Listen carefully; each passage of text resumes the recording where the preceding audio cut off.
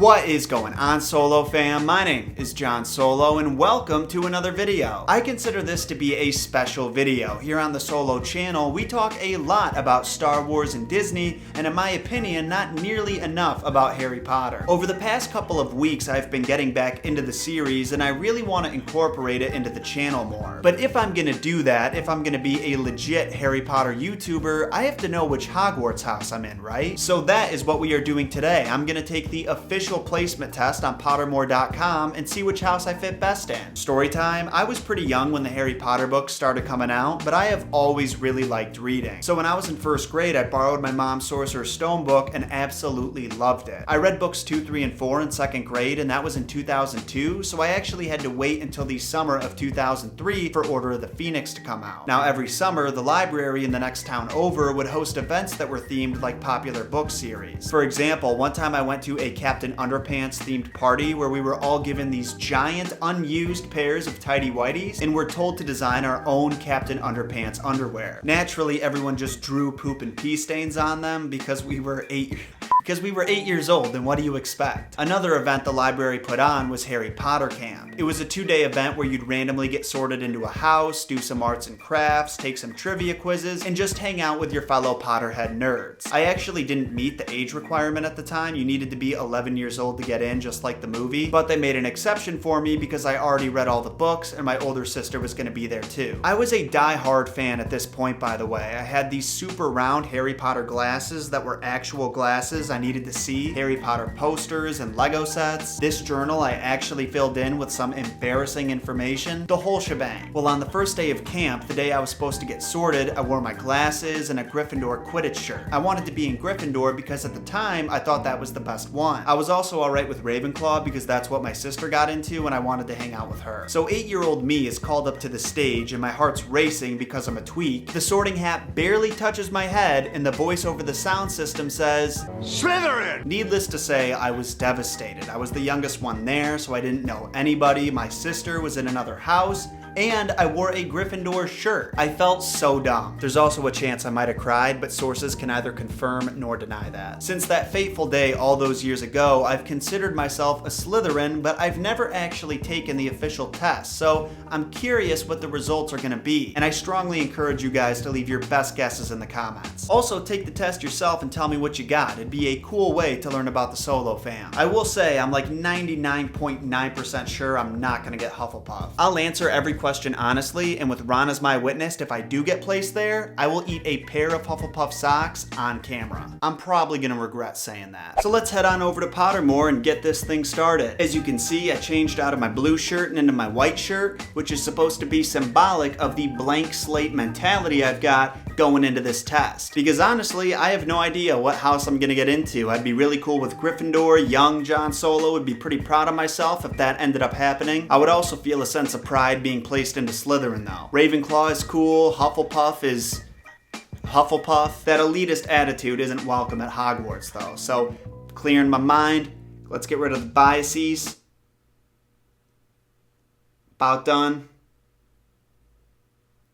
All good. Like I said, this is on the Pottermore site. I put a link to it in the description if you want to take the test yourself. John Scuderi, welcome to your personal Pottermore page. Yes, for those curious, that's how you pronounce my last name. There's more quizzes on here than just the Hogwarts house though. We can discover my Patronus somewhere down the line. If you guys want to do that, we can. There's a wand ceremony, discover your wand, join your Ilvermorny house, which is the United States Witch and Wizard School. I don't know if I'm pronouncing it right, but that's what it is. Today, we're just gonna stick with the join the Hogwarts house. You guys ready for this? The sorting ceremony. Answer truthfully. After all, the hat's decision is final. Let's do that one. Begin the experience. Moon or stars?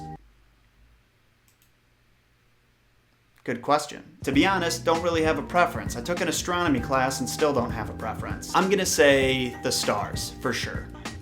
100%. If you were attending Hogwarts, which pet would you choose to take with you? Tabby cat, Siamese cat, ginger cat, black cat, white cat, tawny owl, screech owl, brown owl, snowy owl, barn owl, common toad, natterjack toad, don't even know what that is, dragon toad, probably the coolest of all the toads, harlequin toad, or three-toed tree toad. Harry Potter's weird, man. I'm gonna say barn owl. I was also a Guardians of Ga'Hoole fan growing up, so I love owls. You and two friends need to cross a bridge guarded by a river troll who insists on fighting one of you before he will let all of you pass. Do you attempt to confuse the troll into letting all three of you pass without fighting? Suggest drawing lots to decide which of you will fight? Suggest that all three of you should fight without telling the troll? Volunteer to fight. It depends on what kind of ownership the troll actually has over the bridge. Like, if he owns the bridge, then gotta do what he says. It's his bridge. But if he's just squatting under there and he's trying to be the man, trying to get me to live by his rules, not gonna happen. I'm gonna say, suggest that all three of you should fight without telling the troll, because frankly,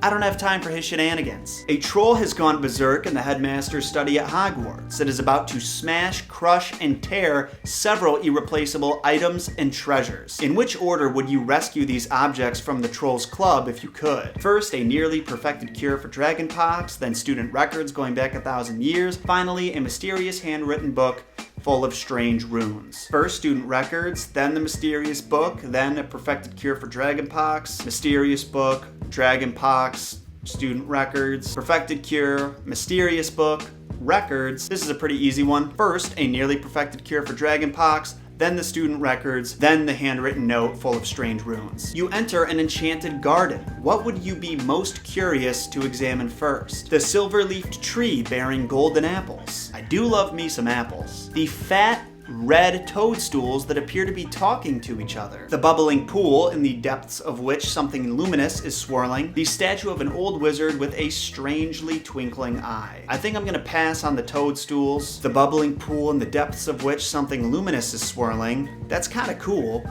to be honest. I'd be a little nervous, but I'd reach in there. I'm gonna say that one. That one sounds cool. If you could have any power, which would you choose? The power to read minds, the power of invisibility, the power of superhuman strength would be awfully convenient. The power to speak to animals would also be dope for whenever I got a dog. The power to change the past. I don't think that one. You gotta live with the past to learn from the past, you know? The power to change your appearance at will. Wow. That would help. These are really hard to choose from. The power to read minds. I think that would be incredibly useful. I also talked about it coincidentally in my AMA from a couple weeks ago that if I could have any superpower, it might be that. So I'm gonna go with this one.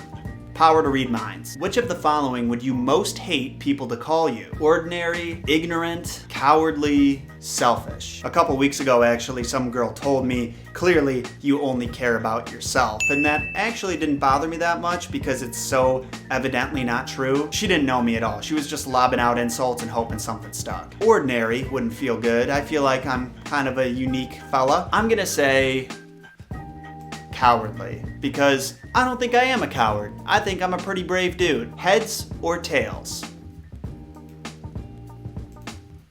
Heads. I'm going with heads. Hey, Gryffindor! Pretty dope result, actually. I'm happy about that. That was a pretty short quiz, man. Also, shout out to Seamus Gorman. I guess you were right, G. There's a reason I said I trusted you as much as these quizzes. More about my house. What does this mean? What kind of person am I if I'm a Gryffindor? You probably know that some of Gryffindor's most renowned members include Albus Dumbledore and Harry Potter, but did you know the Sword of Gryffindor was made 1,000 years ago by goblins, or that head of house Minerva McGonagall's hobbies include correcting articles and Transfiguration Today and supporting the Monroe Magpies? Didn't know some of that. Knew a little, didn't know the rest. Here you can discover more about your beloved house through writing by J.K. Rowling, articles by Pottermore, and all the latest Gryffindor news. You can also share your Gryffindor pride with your friends with downloadable wallpaper and house emblems. Famous Gryffindor characters. We got Harry Potter, Ron Weasley, Hermione Granger, Minerva McGonagall, Neville Longbottom, Albus Dumbledore, Peter Pettigrew. Gryffindor traits: brave, courageous, chivalrous, daring, bold. I am pretty chivalrous if I do say so myself. Ladies. With a lion as its crest and Professor McGonagall at its head, Gryffindor is the house which values the virtues of courage, bravery, and determination. Those are some entrepreneurial virtues, my friend. I'm honored by that. 1,000 years or more ago, when I was newly sown, there lived 4 wizards of renown, whose names are still well known. Interesting. You might belong in Gryffindor, where dwell the brave at heart, Their daring, nerve, and chivalry set Gryffindor apart. Sounds like Gryffindor is a pretty dope house. No disrespect to the Hufflepuffs or the Ravenclaws or the Slytherins. I actually would have been pretty happy with a Slytherin result, and I would not have cried this time around if I was placed in Slytherin. Honestly, I kinda wish that's what I got, but I shouldn't say that because I'm in Gryffindor now, and I gotta represent. Now I gotta get myself some Gryffindor memorabilia. There's a few more tests on here that sound like a lot of fun. We got the wand test, the Patronus test, the US Hogwarts test. If you want to see me take any of those, let me know in the comments. Also make sure to hit that like button, subscribe for more Harry Potter content coming soon, and follow me on social media, especially if you're a Gryffindor. We're a family now, and we gotta support each other. But all other houses are welcome, of course. We do not discriminate in the Gryffindor household. I'll be seeing you all very soon. Until next time, my name is John Solo, and remember, John shot first.